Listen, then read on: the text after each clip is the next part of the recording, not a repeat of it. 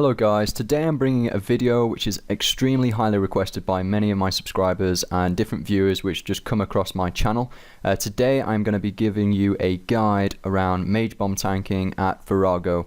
So this is a full in-depth guide around each single phase in terms of what abilities you want to use, why you are using those abilities, also including the brand new devotion ability. So again, this does link to a few subscriber requests where they were wondering how the devotion ability can be used at Vorago. Well, here it is guys, and this is not a gear setup video or anything. I'm going to be restarting phase 1 later just to show you and walk you through in depth, step by step, what abilities to use. I'm thinking of making a separate short video on what inventory and important gear you'll need. Before I go into the abilities used and the reasons for it in phase 1, it is the easiest phase. It's just a warm up to the rest of the Vorago battle. So I'm just going to explain why it's not me on the footage there. It's actually Nexkano. She's a good friend of mine. She's a very experienced bomb tank as well as DPS. She's using the best gear and she does this to the book in terms of abilities. So I thought this would be great footage to actually show you guys and to walk you through about how it should be done. I can also bomb tank myself, however Nexkano is a lot more experienced than me at this specific role. So that's why I'm using this footage. So this is the Boulder's rotation. It's the hardest rotation throughout the Vorago weeks in terms of bomb tanking. You're excluding team split. To be honest, even against team split, the Boulder's week is definitely the hardest for the bomb tank, especially in phase 3. What you'll see is a different tactic used here, which I haven't gone through in my Boulder's guide, however, because it's quite complex. However, it does require a lot more from the bomb tank in terms of a lot more blue magic balls which they have to tank. However, this guide is definitely going to help you with that. I'd recommend definitely Sea Singers or Virtus minimum, with even a wand of treachery is fine, or a Virtus wand. You do not need a seismic wand, as you can see on the screen. Your role is not to DPS, it's actually just to survive and take all of the magic bombs. So I'm just going to restart the kill now because that's the introduction over with from the beginning, from the start of phase 1. Also, just to clarify for anyone who's wondering, the quality of this video isn't to my usual standard, and that's because it's live streaming, so you're uploading it whilst you're doing the kill to twitch.tv, and therefore the quality isn't going to be as good as if you're recording locally, so just to clarify that. Okay, so to head straight into phase 1 around the abilities you need to be using in complete, succinct order. Drink an adrenaline pot right at the beginning of the phase. The reason for that is to build your adrenaline up as fast as you can using basic magic abilities against Vorago, all the way up to the threshold ability of Devotion, and that's the new ability. This Devotion will protect you 100% against all the magic bomb hits whilst you've got a magic protect on. You'll actually only get hit 1 for each magic bomb that hits you. Whilst all that's happening, the first blue ball which comes your way, make sure you use Resonance to heal off it and flick your prayer off. Whilst you do that. Now, at the beginning of this kill, Nexkano did get a red bomb straight away. However, the chances of that happening are quite slim with your larger team. The reason for that is because anyone can actually get that red bomb at the beginning. Now, this is the legit first red bomb that you're going to get as the mage bomb tank. Now, you want to tank that first hit 2 to 3k. It should be 2k if you're further enough away. And your devotion ability, which you would have made active, will still be in play because it does not cancel that effect. The second red bomb that comes your way, you want to have charged your adrenaline up to 100% to actually use Barricade against that one, which you just saw perfectly done there by Nexkano again. Now, if you use Barricade again, you won't get hit at all. It'll deflect the damage. However, the red bomb does actually get rid of that Barricade effect. After this, you should then use Resonance if your HP is low. It always helps as well just to heal a little bit. Then also you want to be using Reflect and Debilitate until you've got Devotion again, or even Rejuvenate if you need that. But you should really be working up to Devotion again to actually use that to prevent any 1 or 2 more red bombs which come your way in phase 1. And that's pretty much phase 1 over. So if you just remember that formula, you know, after you've used your Barricade, make sure you charge up to Devotion, then use Resonance, Preparation, remember to flick your prayer off for Resonance, and then just Debilitate and Reflect and you'll be fine. Now, in phase 2, you really don't get that many bombs because of the Vokes, which really disjoint the entire sort of phase in terms of Vorago's mage bomb attacks. So it's very easy for tanks actually at the beginning. As you saw there, it was a bit of a glitch there. Well, not a glitch. Vorago sometimes randomly attacks somebody if the base tank isn't standing within melee distance, but sometimes it can just happen randomly. It's not always the base tank's fault. Yes, I was the base tank in this kill, but it wasn't my fault there. So basically, if that does happen to you, make sure you use Freedom, but that's easy for everybody. In phase 2 for the mage bomb tank, it's basically the formula I just went through there. Make sure you keep charging up to Devotion. If you've got Devotion on, you're really not going to get hit that much, and then you can just use, basically, you can tank the red bomb hit if you want. You've also got healers on your team, so for example, I was a healer healer in this team, so if you ever need, as a mage bomb tank, a heal if you've got a low LP, you don't need to eat, just give the melee base tank a shout, or a ranged DPS who have Lunar Magic on, and they can heal you up. What the mage bomb tank can do here, which is quite helpful for the base tank, is that if the bomb tank actually runs into Vorago after Voke 2, then the melee base tank can get a heal off that blue bomb which you just saw there. So that's quite a little tactic for your teams out there, whatever teams you're actually in. It can really help out the melee base tank who does take quite a lot of damage in phase 2 because it's time restrained. DPS does not matter in this phase, as I've mentioned in all of my previous rotational guides. However, this guide, like I said, is specific to bomb tanking.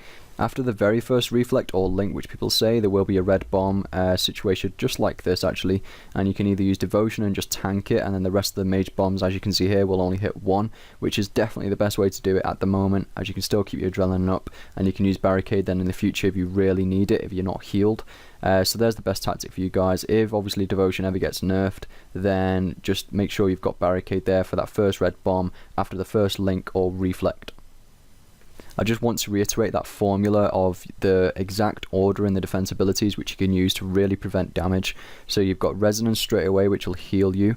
If you've got max LP, don't bother using it, just go straight to reflect, which really takes the damage down from magic bomb hits. So blue magic bomb hits, you're only going to get hit around 500 to 600 each time rather than 1.7k or whatever it usually is, which is around that. So it really reduces that damage which you're going to receive.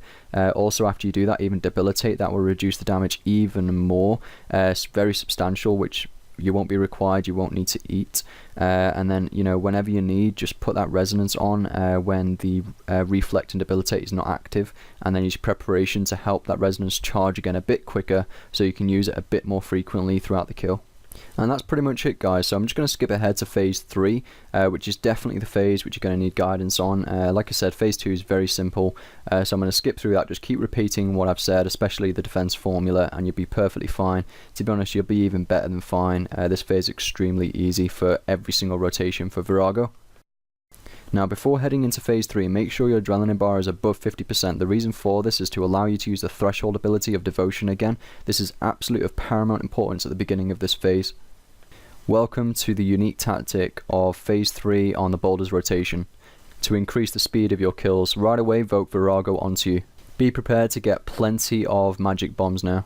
Start with devotion and be careful, watch out for the shadows on the ground, that a boulder does not spawn on your head and splatter you to the ground. Have escape or surge ready at this point in case a shadow does appear underneath you to get away quickly. These boulders can hit up to 8k. Now, as you can see here, Nextkanoa does have barricade activated. After the second boulder spawn, make sure you remove both of them by right clicking and demolish. Whilst you've got barricade activated, you will not be hit with this. Normally, if Nextkanoa would have activated barricade a bit later, the red bomb there, which does spawn at that exact moment every time, you would have actually have been able to prevent that damage with barricade active. In between this, remember to use the defense formula, use resonance preparation just to heal, and then use reflect and debilitate to reduce any damage incomings from those blue magic bombs, as like I said earlier, you will be overridden by them on this phase. Because you are Voking Vorago, there is no melee damage usually within MD of Vorago, which MD, for anyone who doesn't know, means melee distance of Vorago. Only remove boulders if you have either barricade active, resonance, or reflect on the ready. With barricade active or resonance, you will get hit 0. With reflect, you'll get hit around 1400 instead of the usual 2800 I think you can get up to. Use devotion wherever you can on this phase, as there will be no healing from your teammates, as they will be solely focusing on DPS. What can happen, however, the melee base tank at the beginning of this phase can use Berserk with this new tactic. Berserk right at the beginning, dual wielded and concentrate on DPS. However, then after that, he can charge up to 100%, flick on his shield, and then in this situation, it was me. I actually healed Maureen throughout this kill, I think, at some point, and that does actually help out the bomb tank a little bit with this new tactic for the Boulder's rotation. Now onto phase 4. So after the first waterfall, this is the same for every rotation. As the mage bomb tank, you need to stick to the wall and vote Vorago onto you. It helps to surge out quickly from that point and then vote Vorago onto you. The reason for that is it actually prevents you from actually getting a minion, which can really mess up yourself in terms of bomb tanking, because then you have to concentrate on the minion. You have to get someone else to switch to bomb tank in order for you to actually dual wield and not take any more damage from the mage bombs. So rather than that, just vote Vorago instantly on you, and what we found out is that actually a minion does not spawn. If the melee base tank does get a minion, then just keep tanking Vorago until he's finished, and he or she will vote Vorago back onto him or her. Watch again for the boulders spawn, which again do spawn in phase 4. Use barricade to remove them, and again after that just use resonance to heal off magic blue balls.